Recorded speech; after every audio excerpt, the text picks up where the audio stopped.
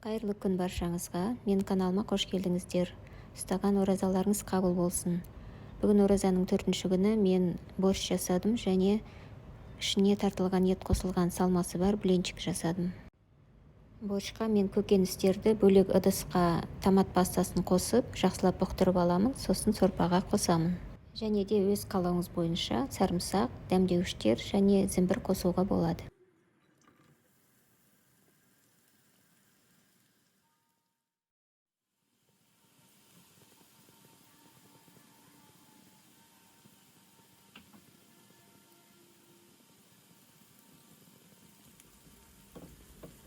Ал қимақтың салмасына пияз бен сәбізді қуырып, тұз, бұрыш, паприка, кориандр қостым және аздаған қырыққабатты да қостым.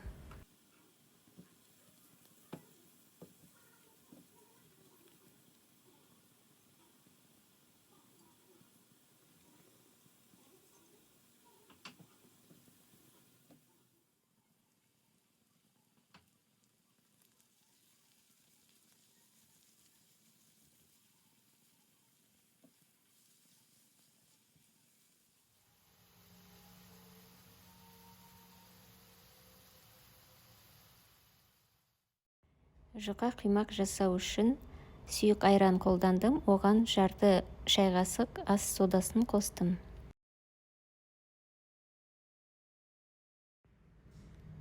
Төрт жұмыртқаға қасықтың ұшымен аздаған шымшым тұз қосамыз және жаңағы айранды қосып араластырамыз.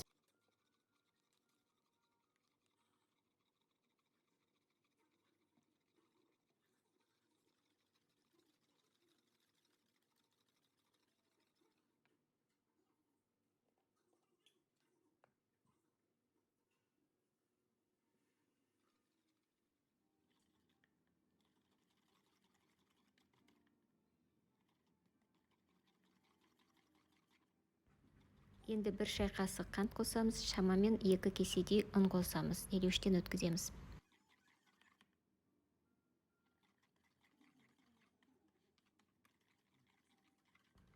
Түйіршіктер болмайтындай жақсылап араластырамыз және 100-120 мл сұйық май қосамыз.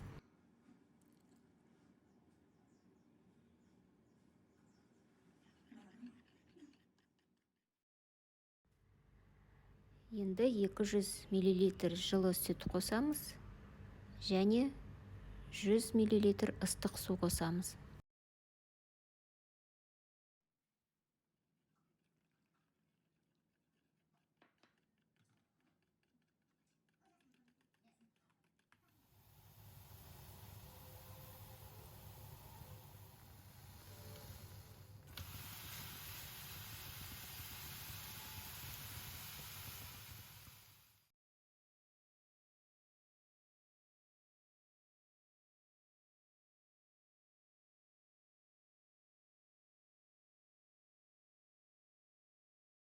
Дайын қимақтарға салмамызды салып, видеодағыдай ораймыз.